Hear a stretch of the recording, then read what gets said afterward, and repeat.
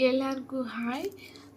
ನಾವು ಒಂದು ಸ್ವಲ್ಪ ಮಾತಾಡಿದ್ವಿ ಆಂಜನೇಯನ ಬಗ್ಗೆ.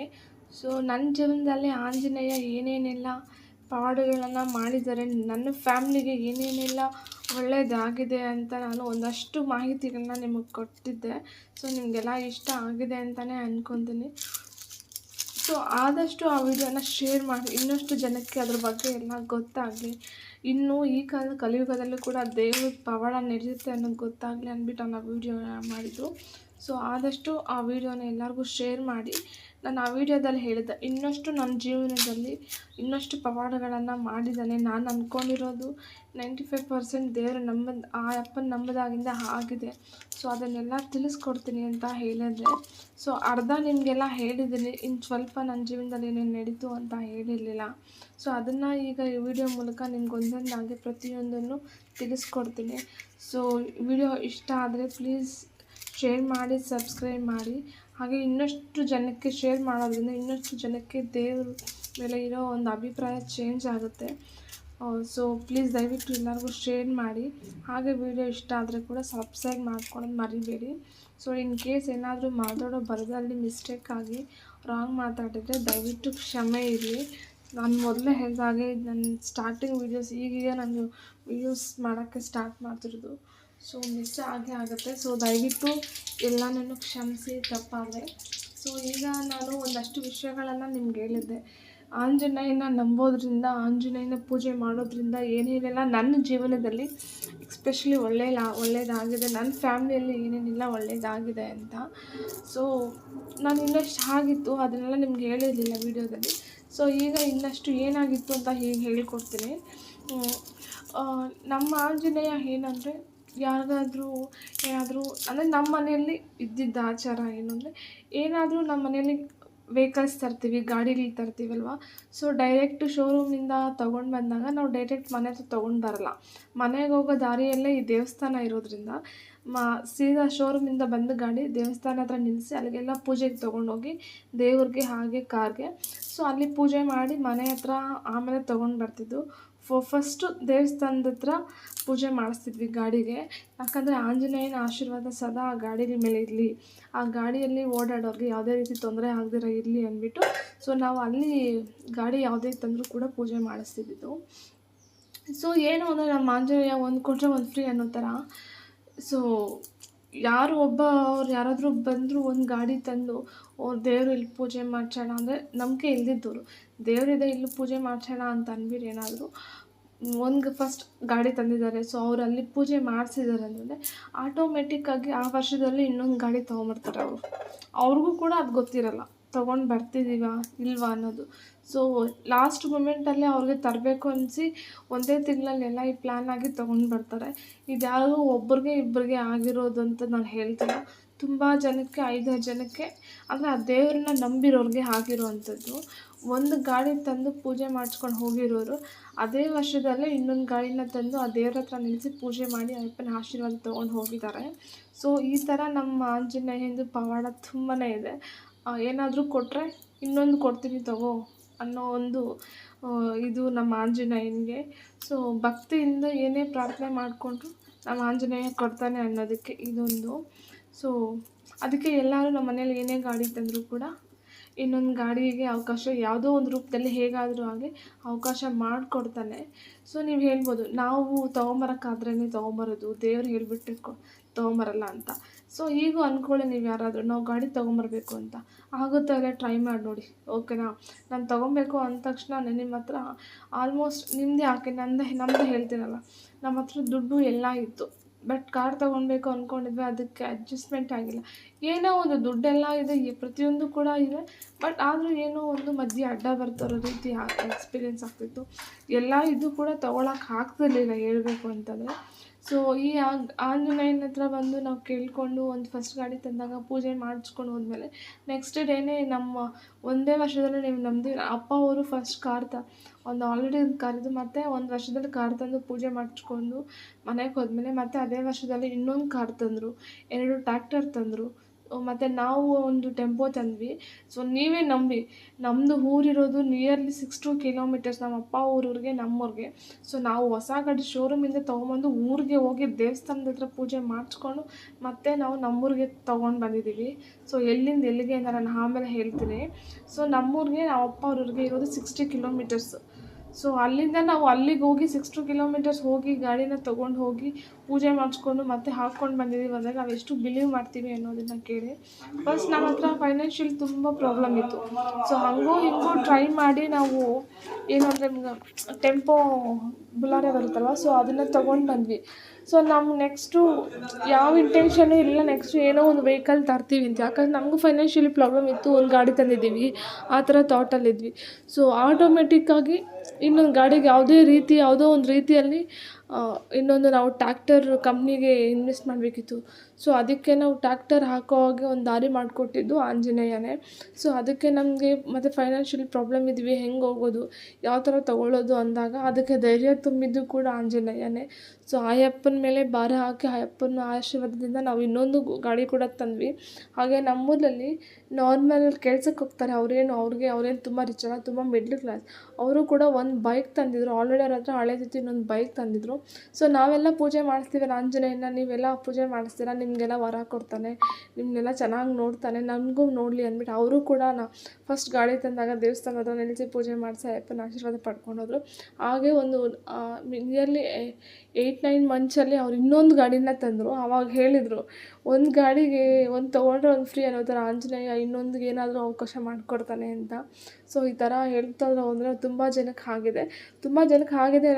ಆಗಿದೆ ಅನ್ನೋದಕ್ಕಿಂತ ಅವರನ್ನು ಮನಸ್ಫೂರ್ತಿಯಾಗಿ ಯಾರು ನಂಬ್ತಾರೆ, ನಂಬಿಕೆ ಇರ್ತಾರೆ, ಅಯ್ಯಪ್ಪನಿಗೆ ಮನಸ್ಫೂರ್ತಿಯಾಗಿ ಯಾರು ಧ್ಯಾನ ಮಾಡ್ತಾರೆ ಅಂಥವ್ರಿಗೆ ತುಂಬ ಬೇಗ ಒಲಿತಾನೆ.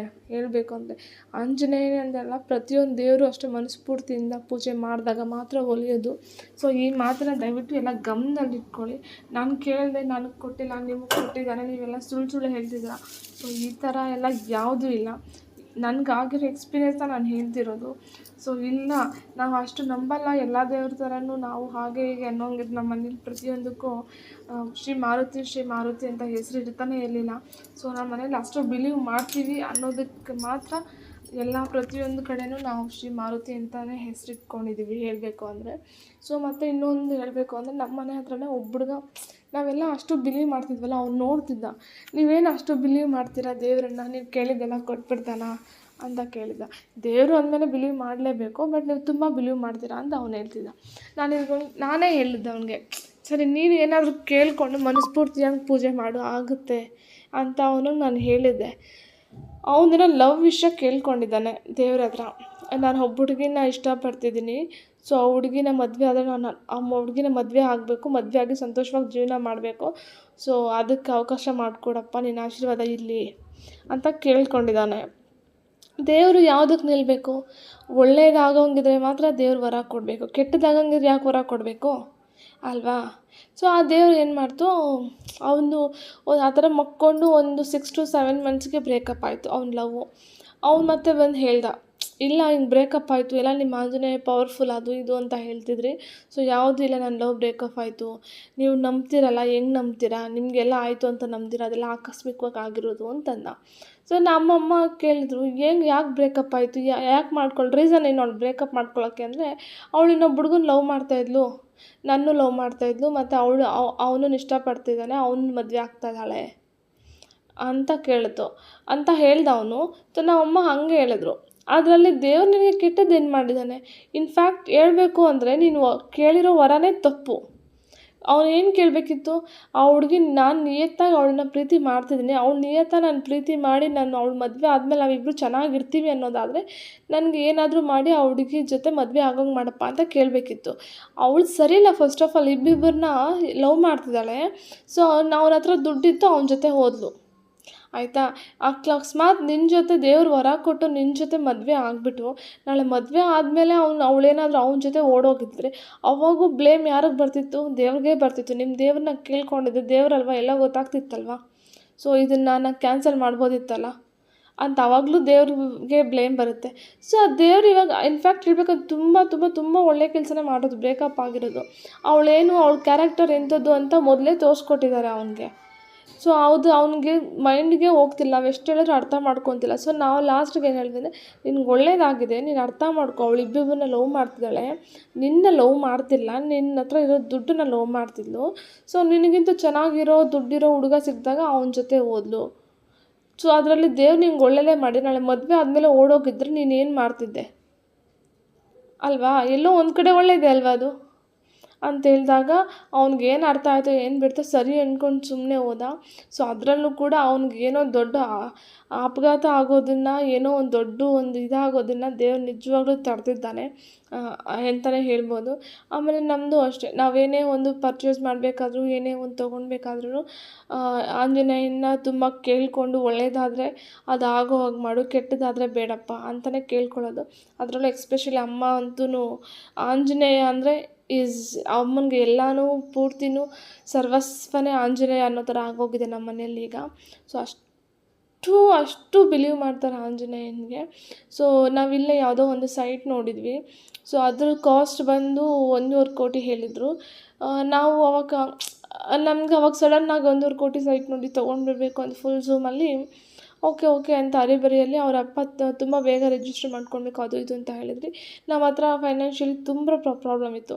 ಅವಾಗ ನಾವು ಫೈನಾನ್ಷಿಯಲ್ ಪ್ರಾಬ್ಲಮ್ ಹೆಂಗೆ ಅಡ್ಜಸ್ಟ್ ಆಗೋದು, ಪಪ್ಪ ಹೆಂಗೋ ಮಾಡ್ತೀನಿ ಬಿಡು ಅಂತ ಹೇಳಿ, ನೀವು ನಂಬ್ತಿರೋ ಬಿಡ್ತಿರೋ 1.25 ಕೋಟಿನ ಬರೀ ಒಂದು 4-5 ದಿನದಲ್ಲೇ ಅಪ್ಪ ಅರೇಂಜ್ ಮಾಡಿದರು. 1.25 ಕೋಟಿ ಈಸ್ ನಾಟ್ ಸ್ಮಾಲ್ ಅಮೌಂಟ್ ಅಲ್ವಾ, ತುಂಬ ಬಿಗ್ ಅಮೌಂಟ್. ಅದನ್ನು ಎಷ್ಟೆಷ್ಟು ಬೇಗ ಅರೇಂಜ್ ಆಯಿತು ಅಂದರೆ ನಮಗೆ ಫುಲ್ ಖುಷಿ ಆಯಿತು. ಏನೋ ದೊಡ್ಡ ಒಂದು ಏನೋ ನಮ್ಮ ಲೈಫಲ್ಲಿ ಏನೋ ದೊಡ್ಡ ಅಚೀವ್ ಮಾಡ್ತಿದ್ದೀವಿ ಅನ್ನೋ ಫೀಲಿಂಗಲ್ಲಿ ಇತ್ತು. ಎಲ್ಲ ಆದಾಗ ರಿಜಿಸ್ಟ್ರ್ ದಿನ ದುಡ್ಡು ಎಲ್ಲ ಅರೇಂಜ್ ಮಾಡಿದ್ವಿ. ಆವಾಗ ನಮ್ಮ ಅಮ್ಮಂಗೆ ಕೇಳಿದರು, ಈಗ ತೊಗೊಳೋಕೆ ಹೊರಟಿದ್ದೀವಪ್ಪ, ನೀನು ಮೊದಲೇ ನೆನೆಸ್ಕೊಳ್ಬೇಕಿತ್ತು, ನೆನೆಸ್ಕೊಂಡಿರಲಿಲ್ಲ, ಕ್ಷಮಿಸ್ಬಿಡಪ್ಪ, ಈಗ ತೊಗೊಳೋಕೆ ಹೋಗಿದ್ವಿ, ಒಳ್ಳೇದಾಗಂಗೆ ಮಾಡಪ್ಪ, ಒಳ್ಳೇದಾಗುತ್ತೆ. ಆ ಸೈಟ್ ತೊಗೊಂಡ್ಮೇಲೆ ನಾವು ಇನ್ನೂ ಚೆನ್ನಾಗಿ ಬೆಳಿತೀವಿ ಅನ್ನೋದಾದ್ರೆ ಆ ಸೈಟ್ ಆಗೋಂಗೆ ಮಾಡಪ್ಪ, ತೊಗೊಂಡಿದ್ದೀವಿ ಒಳ್ಳೇದು ಮಾಡು ಅಂತಲೇ ಕೇಳಿಕೊಂಡ್ರು. ಸರಿ ಅಂದ್ಬಿಟ್ಟು ಅದು ರಿಜಿಸ್ಟ್ರಿಗೆ 1 ವಾರ ಆದಮೇಲೆ ಯಪ್ಪ ರಿಜಿಸ್ಟ್ರ್ ಮಾಡ್ಕೊಳ್ಳೋಣ ಅಂತಂದು ಎಲ್ಲ ಹೋಗಬೇಕಿತ್ತು ರಿಜಿಸ್ಟ್ರಿಗೆ. ಬೆಳಗ್ಗೆ ಅಮ್ಮನೂ ಸ್ನಾನ ಮಾಡಿ ಹೋಗಿ ದೇವಸ್ಥಾನಕ್ಕೆ ಪೂಜೆ ಮಾಡ್ಕೊಂಬಂದು ದುಡ್ಡೆಲ್ಲ ಎತ್ಕೊಂಡು ಮನೆಯಿಂದ ಆಚೆ ಬರಬೇಕು. ಹಂಗೆ ಯಪ್ಪ ಫೋನ್ ಮಾಡ್ದೆ, ಇಲ್ಲೇ ಸರ್ ನಾಳೆಯಿಂದ ಆಷಾಢ ಸ್ಟಾರ್ಟ್ ಆಗ್ತಿದೆ ಅಲ್ವಾ, ಸೊ ಬೇಡ ಸರ್ ಆಷಾಢ ಮುಗಿದ್ಮೇಲೆ ಮಾಡಿಸ್ಕೊಳ್ಳೋಣ ಅಂತಂದರು. ನಮ್ಮ ಅಪ್ಪ ಜಗಳ ಮಾಡಿದರು. 1.25 ಕೋಟಿನ ಮನೇಲಿ ಇಟ್ಕೊಂಡು ಮತ್ತು ಆಷಾಢ ಮುಗಿದ್ಮೇಲೆ ಒಂದು ತಿಂಗಳಾದಮೇಲೆ ಮಾಡಿಸ್ಕೊಂಡು ನಾನು ಈ ದುಡ್ಡನ್ನು ಏನು ಮಾಡಲಿ ಅದು ಇದು ಸ್ವಲ್ಪ ಮಾತುಕತೆ ಹಾಕಿ ಓಕೆ ಅಂತ ಆದರು. ನಮ್ಮ ಮನೆಯಲ್ಲಿ ಅಷ್ಟು 1 ತಿಂಗಳು ಅಪ್ಪ ಕಾಂಟ್ರಾಕ್ಟರ್ ಫೀಲ್ಡ್ ಆಗಿರೋದು, ಎಷ್ಟು ದುಡ್ಡು ಬಂದರೂ ಖರ್ಚಾಗುತ್ತೆ. ಸೊ 1 ಕೋಟಿ 1.5 ತಿಂಗಳಲ್ಲಿ ನಿಜ ಹೇಳಬೇಕು ಅಂದರೆ ಖರ್ಚಾಯ್ತದು. ಸೊ 1.5 ತಿಂಗಳಾದ್ಮೇಲೆ ನಾವೇ ಫೋನ್ ಹಾಕಿದ್ವಿ, ಈಗ ಆಷಾಢ ಮುಗೀತು ಅಲ್ವಾ ರಿಜಿಸ್ಟ್ರ್ ಮಾಡಿಸ್ಕೊಳ್ಳೋಣ ಅಂತ. ಸೊ ಅವರು ಇನ್ನೂ ಇಲ್ಲ, ಮತ್ತೆ ನಮ್ಮದು ರೇಟ್ ಜಾಸ್ತಿ ಹೇಳ್ತಿದ್ದೀವಿ, ನೀವು ಅಷ್ಟೇ ಕೊಟ್ಟು ತೊಗೊಳ್ಬೇಕಾಗುತ್ತೆ, ನಾವು ಕಡಿಮೆ ಆ ರೇಟಿಗೆ ಕೊಡೋಲ್ಲ ಅದು ಇದು ಅಂದ್ಬಿಟ್ಟು ಮತ್ತೆ 15 lakhs ಜಾಸ್ತಿ ಮಾಡಿದರು. ಪಪ್ಪ ಅದಕ್ಕೂ ಕೂಡ ಅಕ್ಸೆಪ್ಟ್ ಮಾಡಿಕೊಂಡು ಸರಿ 15 lakhs ಜಾಸ್ತಿ ಅಲ್ವಾ, ಸೊ ಮತ್ತೆ ಅರೇಂಜ್ ಮಾಡ್ತೀವಿ ಅಂದ್ಬಿಟ್ಟು ಆಲ್ರೆಡಿ 1 ಕೋಟಿ ಅಡ್ಜಸ್ಟ್ ಮಾಡಿದ್ದು ಎಲ್ಲ ಖಾಲಿ ಆಗಿದೆ. ಮತ್ತು ಅವರು 1 ಕೋಟಿ ಜೊತೆ ಮತ್ತೆ 15 lakhs ಎಕ್ಸ್ಟ್ರಾ ಕೇಳಿದರು. ಸೊ ಸರಿ ಅಂದ್ಬಿಟ್ಟು ಅದನ್ನು ನಾವು ಒಪ್ಕೊಂಡ್ವಿ, ಒಪ್ಕೊಂಡು ಕೊಡೋಕ್ಕೆ ಮತ್ತು ನಾವು ಫಸ್ಟಿಂದ 1.25 ಕೋಟಿ 1 ಕೋಟಿ 15 ಲಕ್ಷ ನಾವು ಮತ್ತೆ ಬೇಕಿತ್ತು, ದುಡ್ಡನ್ನ ಅರೇಂಜ್ ಮಾಡಬೇಕಿತ್ತು. ಸರಿ ಏನು ಮಾಡೋದು ಅಂಥದ್ದು. ಬಟ್ ನಾವು ಇದಕ್ಕೂ ಮುಂಚೆ 3 ಸೆಟ್ ತೊಗೊಂಡಿದ್ವಿ.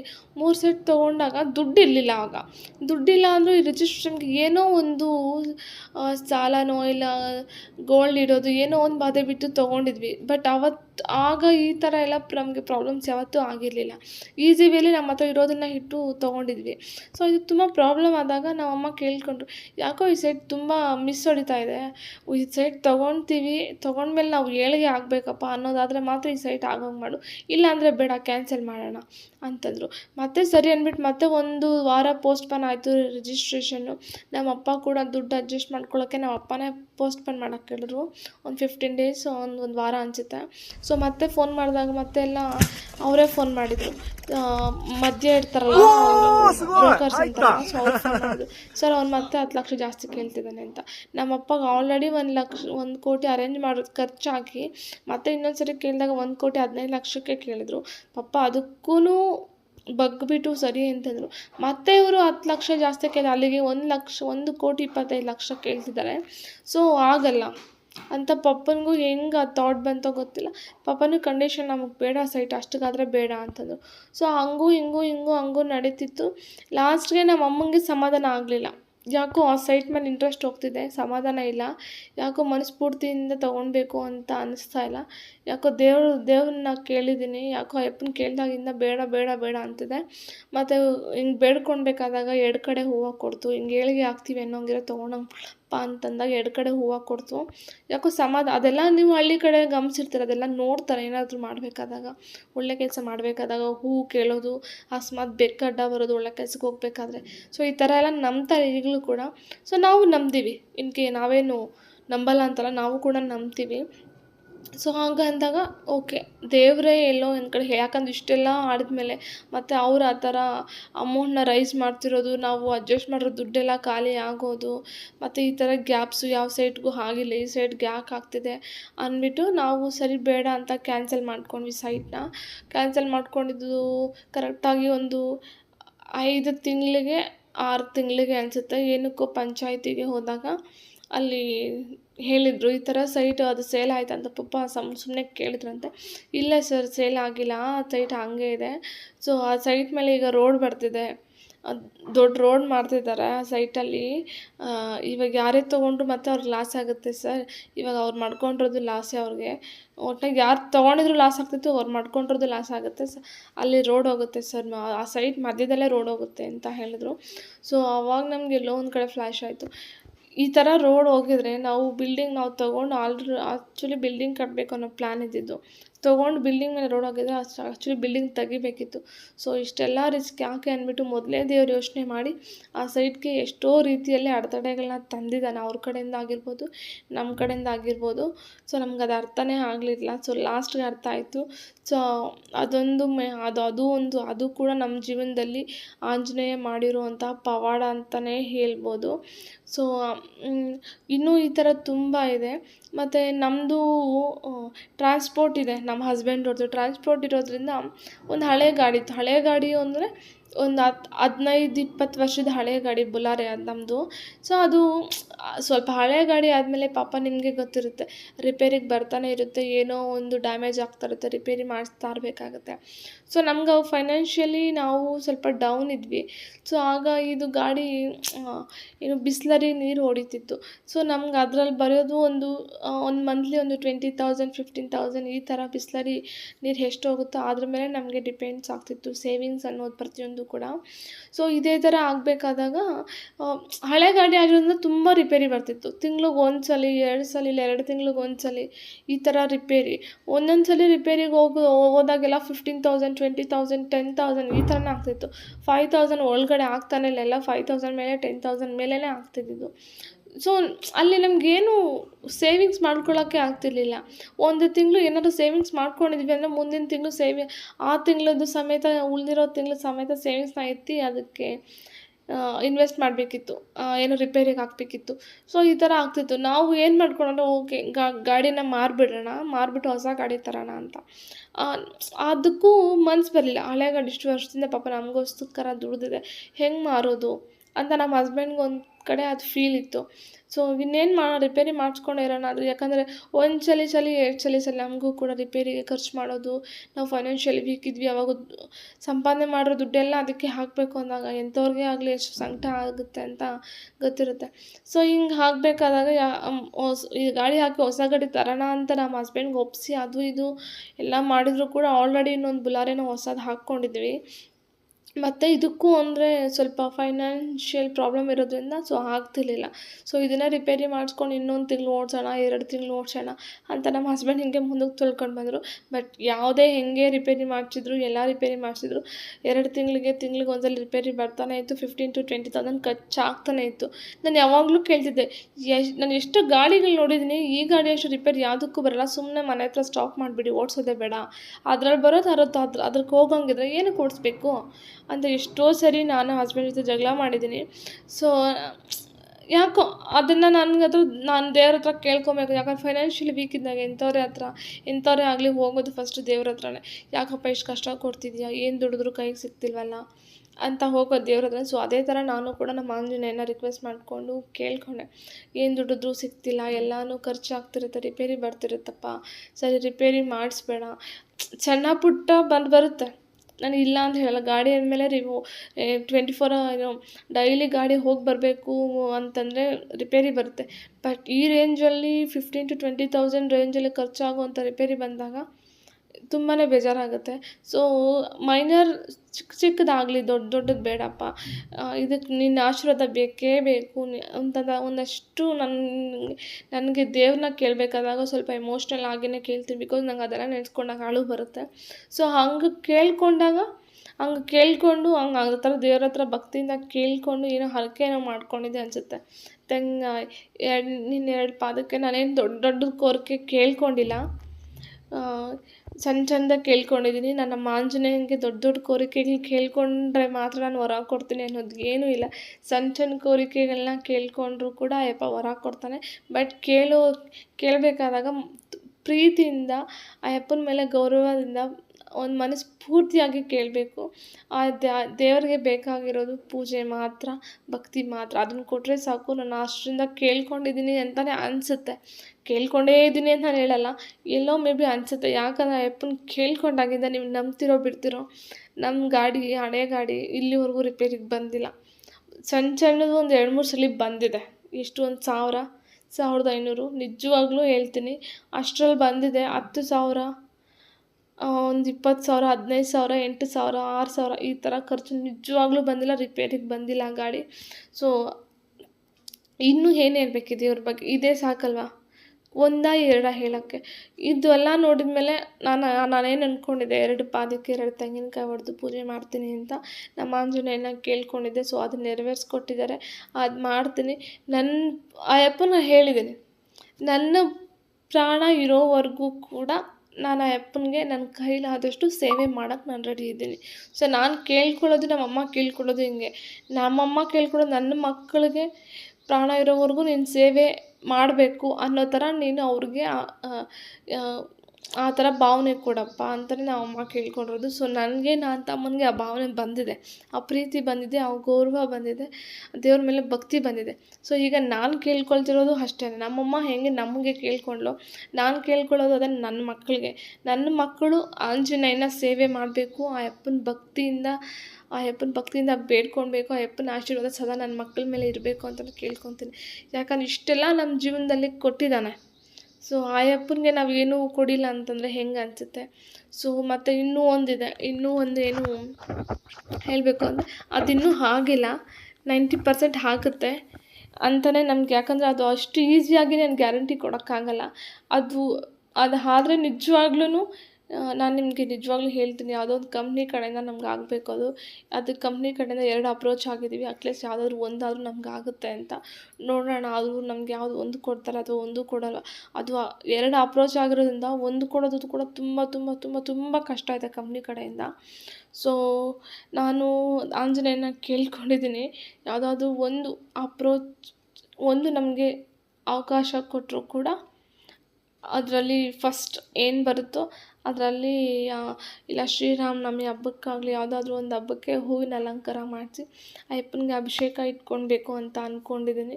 ಸೊ ಇದು ಖಂಡಿತವಾಗ್ಲೂ ಮಾಡ್ತೀನಿ. ಯಾವುದಾದ್ರೂ ಒಂದು ಅದರಲ್ಲಿ ಆಗೋ ಹಂಗೆ ಮಾಡಿದರೆ, ಸೊ ಅದು ತುಂಬ ದೊಡ್ಡದೇ, ಸಣ್ಣ ವಿಚಾರ ಅಂತೂ ಅಲ್ಲೇ ಇಲ್ಲ, ತುಂಬ ದೊಡ್ಡದು. ಅದು ಹೇಳಬೇಕು ಅಂದರೆ ಫಾರಿನ್ ಕಡೆಯಿಂದ ಆಗಬೇಕಾಗಿರೋದು ನಮಗದು. ಸೊ ಇನ್ ಕೇಸ್ ಆದರೆ ಡೆಫಿನೆಟ್ಲಿ ನಾನು ಅದನ್ನು ನಿಮ್ಗೆ ತಿಳಿಸ್ಕೊಡ್ತೀನಿ.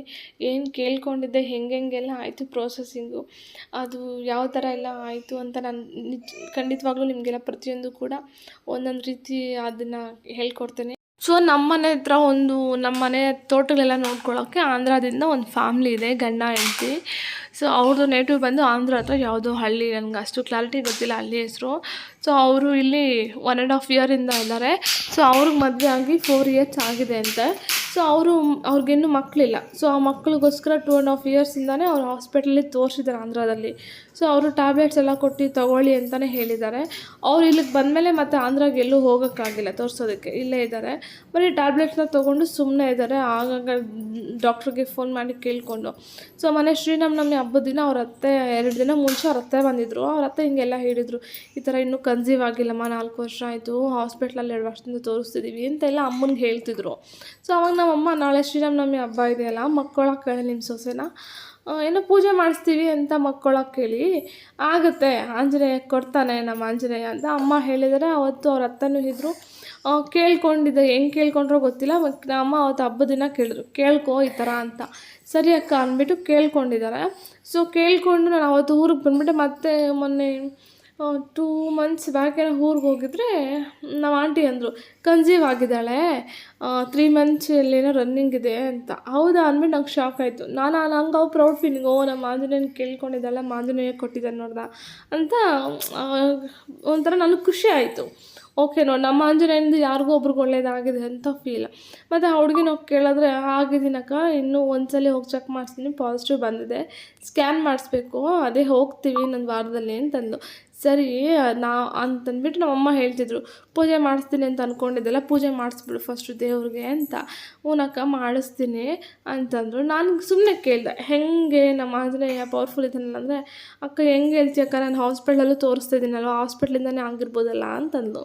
ಸೊ ನಾನು ಓಕೆ ಇರ್ಬೋದು ಅಂದ್ಕೊಂಡು ನಾನು ಸುಮ್ಮನೆ ಹೋಗ್ಬಿಟ್ಟೆ. ಬಟ್ ನನ್ನ ಪ್ರಶ್ನೆ ಏನು ಅಂದರೆ, ಅವ್ರು ಹಾಸ್ಪಿಟ್ಲಲ್ಲಿ ತೋರಿಸ್ತಿದ್ದು ಏನು ಈಗ 2-3 ತಿಂಗಳಿಂದ ಅಥವಾ 4-5 ತಿಂಗಳಿಂದ ಅಲ್ಲಲ್ಲ, 2.5 ವರ್ಷದಿಂದ ಹಾಸ್ಪಿಟ್ಲಲ್ಲಿ ತೋರಿಸ್ತಿದ್ದು. ಸೊ ಅವ್ರ ಊರಲ್ಲಿದ್ದಾಗ ಹಾಸ್ಪಿಟ್ಲಿಗೆ ಹೋಗ್ತಿದ್ರು ಬರ್ತಿದ್ರು, ಅದು ಬಿಟ್ಟರೆ ಏನೂ ಇಲ್ಲ, ಟ್ಯಾಬ್ಲೆಟ್ಸ್ ಕೊಡ್ತಿದ್ರು, ಇಂಜೆಕ್ಷನ್ಸ್ ಹಾಕ್ತಿದ್ರಂತೆ. ಬಟ್ ಇಲ್ಲಿ ಬಂದು 1.5 ಇಯರ್ ಆದರೂ ಕೂಡ ಹಾಸ್ಪಿಟ್ಲಿಗೆ ಹೋಗಿಲ್ಲ. ಅವ್ರ ಹಾಸ್ಪಿಟ್ಲಿಗೆ ಡಾಕ್ಟರ್ನ ಕನ್ಸರ್ನ್ ಮಾಡಿಲ್ಲ ಎಲ್ಲೂ ಕೂಡ. ಅವರು ಬರೀ ಅವ್ರು ಹೇಳೋ ಒಂದು ಟ್ಯಾಬ್ಲೆಟ್ಸ್ ತೊಗೊಂಡಿದ್ದಾರೆ, ಮತ್ತು ಸುಮ್ಮನೆ ಹಾಗೆ ಇದ್ದಾರೆ. ಅದು ನಂಗೆ ಯಾಕಂದರೆ ನಮ್ಮ ಆಂಜನೇಯನಿಗೆ ಕೇಳಿಕೊಂಡು ಕರೆಕ್ಟಾಗಿ 4 ತಿಂಗಳಿಗೆ ಅವ್ಳಿಗೆ ಕನ್ಸೀವ್ ಆಗಿರೋದು.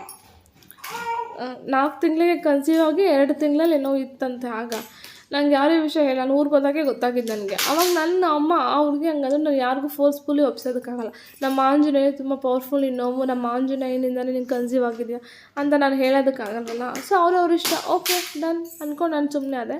ಬಟ್ ನಾನು ನಮ್ಮ ಅಮ್ಮನ ಹತ್ರ ಈ ವಿಷಯದ ಬಗ್ಗೆ ನಾನು ಆರ್ಗ್ಯೂ ಮಾಡಿದೆ. ಹಿಂಗೆ ಅಂತಾಳೆ, ಆಂಜನೇಯನಿಂದಲೇ ಅಲ್ವಾ ಆಗಿರೋದು ಅಂತ. ನಮ್ಮ ಅಮ್ಮ ಒಂದು ಮಾತಿದ್ರು, ನಾವು ನಂಬೋದು ನಮಗೆ, ಅವ್ರು ನಂಬೋದು ಅವ್ರಿಗೆ. ನಾವು ಅಟ್ಲೀಸ್ಟ್ ಹಿಂಗೆ ಹೇಳ್ಬೋದು, ಈ ಥರ ಒಂದಿದೆ, ಈ ಥರ ಮಾಡಿ ಅಂತ. ಅವರು ಮಾಡ್ತಾರೋ ಬಿಡ್ತಾರೋ ಅವ್ರಿಗೆ ಬಿಟ್ಟಿದ್ದು. ಬಟ್ ನನಗೂ ಅದು ತುಂಬ ಕರೆಕ್ಟಾಗಿ ಗೊತ್ತು, ನಮ್ಮ ಆಂಜನೇಯ ಹೊರಗೆ ಕೊಟ್ಟಿದ್ದು ಹುಡುಗಿಗೆ. ಯಾಕಂದರೆ ಅವ್ರ ಅತ್ತೆ ತುಂಬ ಒಳ್ಳೆಯವರು, ತುಂಬ ಭಕ್ತಿ ಇದೆ ದೇವ್ರ ಮೇಲೆ, ಕಾಣಿಸುತ್ತೆ ಅದು. ಸೊ ಅಷ್ಟು ಚೆನ್ನಾಗಿ ಕೇಳ್ಕೊಂಡಿದ್ದಾಳೆ. ಹೋಗ್ಲಿ ಬಿಡು, ಇವಾಗೇನು ಪೂಜೆ ಮಾಡ್ತಾರಲ್ವ, ಮಾಡ್ಕೊಳ್ಳಿ ಬಿಡು. ನಾವು ಅದು ನಮ್ಮ ಆಂಜನೇಯ ಕೊಟ್ಟಿದ್ದಾನೆ, ನಮ್ಮ ಆಂಜನೇಯನ ಅಂತಲೇ ಹೇಳೋದಕ್ಕೆ ಫೋರ್ಸ್ಫುಲ್ಲಾಗಿ ಯಾರಿಗೂ ಮೈಂಡಲ್ಲಿ ಹಾಕೋಕ್ಕಾಗಲ್ಲ, ಅವ್ರಿಗೆ ಬರಬೇಕು ಅದು, ಸುಮ್ಮನೆ ಇರು ಅಂತಂದರು. ಸೊ ಇದು ಕೂಡ ಒಂದು ಇನ್ಸಿಡೆಂಟ್ಸ್. ಬಟ್ ಅವರು ಅದನ್ನು ಅಕ್ಸೆಪ್ಟ್ ಮಾಡ್ಕೊತಾರೋ ಬಿಡ್ತಾರೋ ಈಗಲೂ ಕೂಡ ನನಗೆ ಗೊತ್ತಿಲ್ಲ. ಮತ್ತು ನಾನು ಅದು ಟಾಪಿಕ್ ಬಗ್ಗೆ ಮಾತಾಡೋಕ್ಕೆ ಹೋಗಲಿಲ್ಲ. ನಾನು ಊರಿಗೂ ಕೂಡ ಇತ್ತೀಚೆಗೆ ಹೋಗಿಲ್ಲ. ಸೊ ಅದರಿಂದ ನಮ್ಮ ಆಂಜನೇಯ ನನಗೆ ಗೊತ್ತು. ನಮ್ಮ ಆಂಜನೇಯ ಯಾಕಂದರೆ ಫಸ್ಟಿಂದ ನಾವು ನೋಡ್ಕೊಂಬಂದಿರೋದ್ರಿಂದ, ನಮ್ಮ ಆಂಜನೇಯ ಎಷ್ಟು ಪವರ್ಫುಲ್, ಏನು ಎತ್ತ ಅನ್ನೋದು ನಮಗೆ ಗೊತ್ತಿರೋದ್ರಿಂದ. ಸೊ ಅದು ನನಗೆ ಗೊತ್ತು ಆಬ್ವಿಯಸ್ಲಿ, ಅದಾಗಿರೋದು ನಮ್ಮ ಆಂಜನೇಯನಿಂದಲೇ ಅಂತ. ಸೊ ಈ ಥರ ತುಂಬಾ ವಿಷಯಗಳಿದೆ. ಇನ್ನೂ ಹೇಳ್ತಾ ಹೋದರೆ ಸಣ್ಣ ವಿಷಯಗಳಿದೆ. ನನ್ನ ಮಗನಿಗೆ ಹುಷಾರಿಲ್ಲ ಅಂತ ಆದರೂ ಕೂಡ ನನ್ನ ಬಾಯಲ್ಲಿ ಬರೋದು ಆಂಜನೇಯ. ನನ್ನ ಮಕ್ಳಿಗೆ ಆರೋಗ್ಯ ಕೊಡು, ಈ ಥರ ಹುಷಾರು ತಪ್ಪಿದ್ದಾನೆ, ಆರಾಮಾಗೋ ಮಾಡು, ಇದೇ ಥರ ನಾನು ಕೇಳ್ಕೊಳ್ಳೋದು. ಸೊ ಖುಷಿ ಅನಿಸುತ್ತೆ, ಯಾವುದೋ ಒಂದು ತುಂಬ ಪವರ್ಫುಲ್ ಇರೋದು ನಮಗೇನೋ ಒಂದು ಸಹಾಯ ಮಾಡುತ್ತೆ ಕಷ್ಟ ಕಾಲದಲ್ಲಿ ಅಂತಂದಾಗ ತುಂಬ ಪ್ರೌಡ್ ಫೀಲಿಂಗ್ ಆಗುತ್ತೆ. ಬಟ್ ನಾವು ಯಾವತ್ತೂ ಕೂಡ ಇಲ್ಲಿವರೆಗೂ ದೇವರು ನಮ್ಗೆ ಒಳ್ಳೇದು ಮಾಡ್ತಿದ್ದಾನೆ ಅನ್ನೋ ಇದರಲ್ಲಿ ನಾವು ಯಾವತ್ತೂ ನಮ್ಮ ಕಾಲು, ನಮ್ಮ ಹಾಸಿಗೆ ಎಷ್ಟಿದೆ ಅಷ್ಟೇ ಕಾಲು ಚಾಚಬೇಕು ಅಂತಾರಲ್ಲ. ಸೊ ನಾವು ಕೇಳೋ ಒಂದು ಆಸೆಗಳು ಕೂಡ ಅಷ್ಟೇ ಇದೆ. ನಾವು ಯಾವತ್ತೂ ಹೆಚ್ಚಾಗಿ ಕೇಳಿಲ್ಲ. ನನಗೊಂದು ಸ್ವಲ್ಪ ಏನಾದ್ರು ಹೆಚ್ಚಾಗಿ ಕೇಳಿದ್ರು ನಾವು ಅಪ್ಪ ಡಿಸ್ಕಸ್ ಮಾಡ್ತೀನಿ, ನೀನು ಕೇಳಿದೆಯಪ್ಪ ಅಂತ. ಬೇಡ, ನಾವೆಷ್ಟು ಕಷ್ಟಪಡ್ತೀವಿ ಅಷ್ಟು ನಮ್ಮ ಕೈಗೆ ಸಿಗಲಿ, ಅದರಲ್ಲಿ ಒಂದು ಭಾಗನ ದೇವ್ರಿಗೆ ಎತ್ತಿಡೋಣ, ಇನ್ನು ಮಿಕ್ಕಿರೋದನ್ನ ಮಾಡ್ಕೊಳ್ಳೋಣ, ಸೇವಿಂಗ್ಸ್ ಮಾಡ್ಕೊಳ್ಳೋಣ. ಅದಕ್ಕಿಂತ ಹೆಚ್ಚು ಕೇಳಬಾರ್ದು. ಅದಕ್ಕಿಂತ ಹೆಚ್ಚು ಅಪ್ಪ ಕೊಡ್ತಿದ್ದಾನಂದರೆ ಹಿಂದೆ ಟೆನ್ಷನ್ಸು ಅಷ್ಟಿರುತ್ತೆ. ಅದೆಲ್ಲ ಬೇಡ, ಚಿಕ್ಕದಾಗಿ ಕೊಟ್ಟು ನೆಮ್ಮದಿಯಾಗಿ ಸೇವಿಂಗ್ಸ್ ಮಾಡ್ಕೊಂಡು ನೆಮ್ಮದಿಯಾಗಿ ಆರೋಗ್ಯ ಭಾಗ್ಯದಿಂದ ಜೀವನ ಮಾಡೋಂಗೆ ಕೊಟ್ಟರೆ ಸಾಕು ಅಂತ ಅಪ್ಪ ಹೇಳ್ತಾರೆ. ಸೊ ಆ ಒಂದು ಥಿಂಕಿಂಗಿಂದ ನಾವು ಯಾರು ಏನು ನಮಗೆ ಕೋಟಿ ಕೊಡು, ಅಷ್ಟು ಕೊಡು, ಇಷ್ಟು ಕೊಡು ಅಂತ ಕೇಳಲ್ಲ. ಆ್ಯಕ್ಚುಲಿ ಅಪ್ಪ ಕೋಟಿ ಸಂಪಾದನೆ ಮಾಡ್ತಾರೆ. ಬಟ್ ಅದನ್ನು ನೀವು ನಂಬ್ತಿರೋ ಬಿಡ್ತಿರೋ, ಅಪ್ಪ ಅಷ್ಟು ದೇವಸ್ಥಾನಕ್ಕೆ ದಾನ ಧರ್ಮ ಅಂತ ಮಾಡೋದು ಯಾರೂ ಇಲ್ಲ. ನಾವೇ ಕೇಳಿದ್ದೀವಿ. ಅಷ್ಟು ಎಲ್ಲ ದುಡ್ಡು ದೇವಸ್ಥಾನಗಳಿಗೆ ಹೆಂಗೆ ಕೊಡ್ತೀರಪ್ಪ? ಸೇವಿಂಗ್ಸ್ ಮಾಡ್ಕೊಳ್ಳಿ. ನಮ್ಮ ಆಂಜನೇಯನಿಗೆ ನಾವು ಮಾಡ್ತಿದ್ದೀವಲ್ಲ ಇಲ್ಲಿ, ಬೇರೆ ದೇವಸ್ಥಾನಗಳಿಗೆಲ್ಲ ಯಾಕೆ ಕೊಡ್ತೀರಾ ಅಂತಂದರೆ, ಬರೀ ದೇವ್ರಿಗೆಲ್ಲನೂ ದೇವರೇ. ನಮ್ಮ ಆಂಜನೇಯ ಇಲ್ಲಿದ್ದಾನೆ, ನಾವು ಅಪ್ಪನಿಗೆ ಏನು ಬೇಕು ಅದು ಮಾಡ್ತೀವಿ. ಬೇರೆ ದೇವ್ರಿಗೂ ನಮ್ಮ ಕೈಲಾಗಿದ್ದು ಮಾಡಬೇಕು ಅಲ್ಲ, ಮಾಡೋಣ. ಅವ್ರಿಗೆ ಕೊಟ್ಟಿರೋದು ಅವ್ರಿಗೆ ಕೊಡೋಕ್ಕೆ ನಾವು ಯಾಕೆ ಹಿಂದೆ ಮುಂದೆ ನೋಡಬೇಕು? ಕೊಡೋಣ. ಇವತ್ತು 1%, ಇವತ್ತು ನಮ್ಗೆ 10 ರೂಪಾಯಿ ಕೊಟ್ಟಿದ್ದೆ, ನಾವು ಅದರಲ್ಲಿ 2 ರೂಪಾಯಿ ದೇವ್ರಿಗೆ ಕೊಟ್ಟರೆ ನಾಳೆ 20 ರೂಪಾಯಿ ಕೊಡ್ತಾನೆ, ಅದ್ರಲ್ಲಿ 4 ರೂಪಾಯಿ ಕೊಡೋಣ ಬಿಡು. ನಾನು ಮಾಡೋ ಒಳ್ಳೆ ಕೆಲಸ, ನಾನು ಮಾಡೋದು ಏನು ಒಳ್ಳೆ ಕೆಲಸ ಮಾಡ್ತಿದ್ದೀನಿ, ಅದು ಇವತ್ತಲ್ಲ ಯಾವತ್ತೂ ಒಂದು ದಿನ ನನ್ನ ಮಕ್ಕಳಿಗೆ ಅದು ಒಳ್ಳೆಯದಾಗುತ್ತೆ. ಸೊ ಇನ್ನೂ ಒಂದಷ್ಟು ವಿಷಯಗಳೆಲ್ಲ ನಿಮ್ಗೆ ಹೇಳೋದು ತುಂಬ ಅಂದರೆ ತುಂಬ ಇದೆ. ಸೊ ಲಾಸ್ಟಿಗೆ ನಾನು ಏನು ಹೇಳ್ತಿದ್ದೀನಿ ಅಂದರೆ, ಇದೊಂದನ್ನು ಮೈಂಡಲ್ಲಿ ಇಟ್ಕೊಳ್ಳಿ. ಒಳ್ಳೇದು ಮಾಡಿದ್ರೆ ನಿಮಗಾಗಲಿ ನಿಮ್ಮ ಮಕ್ಕಳಿಗಾಗಲಿ ಜೀವನದಲ್ಲಿ ಕಷ್ಟ ಕಾಲದಲ್ಲಿ ಒಳ್ಳೆಯದೇ ಆಗುತ್ತೆ. ಇನ್ ಕೇಸ್ ಮೋಸ ವಂಚನೆ ಈ ಥರ ಮಾಡಿ ನೀವೇನಾದರೂ ಚೆನ್ನಾಗಿ ಆಗಿದ್ರಿ ಅಂದರೆ ಯಾವತ್ತೂ ಒಂದಿನ ನಿಮ್ಮ ಇಡೀ ನೀವೇನೇನು ಸಂಪಾದನೆ ಮಾಡಿದ್ರಿ ಯಾವತ್ತೂ ಒಂದಿನ ಕೊಲಾಪ್ಸ್ ಆಗುತ್ತೆ. ಸೊ ಆದಷ್ಟು ಒಳ್ಳೆಯದನ್ನೇ ಮಾತಾಡಿ. ಇನ್ನೂ ಒಂದಷ್ಟು ಇನ್ನೊಂದು ವಿಚಾರಗಳಿದೆ, ಆ ವಿಚಾರಗಳೆಲ್ಲ ಒಂದೊಂದಾಗೆ ತಿಳಿಸ್ತೀನಿ. ಪ್ಲೀಸ್ ಸಬ್ಸ್ಕ್ರೈಬ್ ಮಾಡಿ, ಶೇರ್ ಮಾಡಿ. Thank you so much.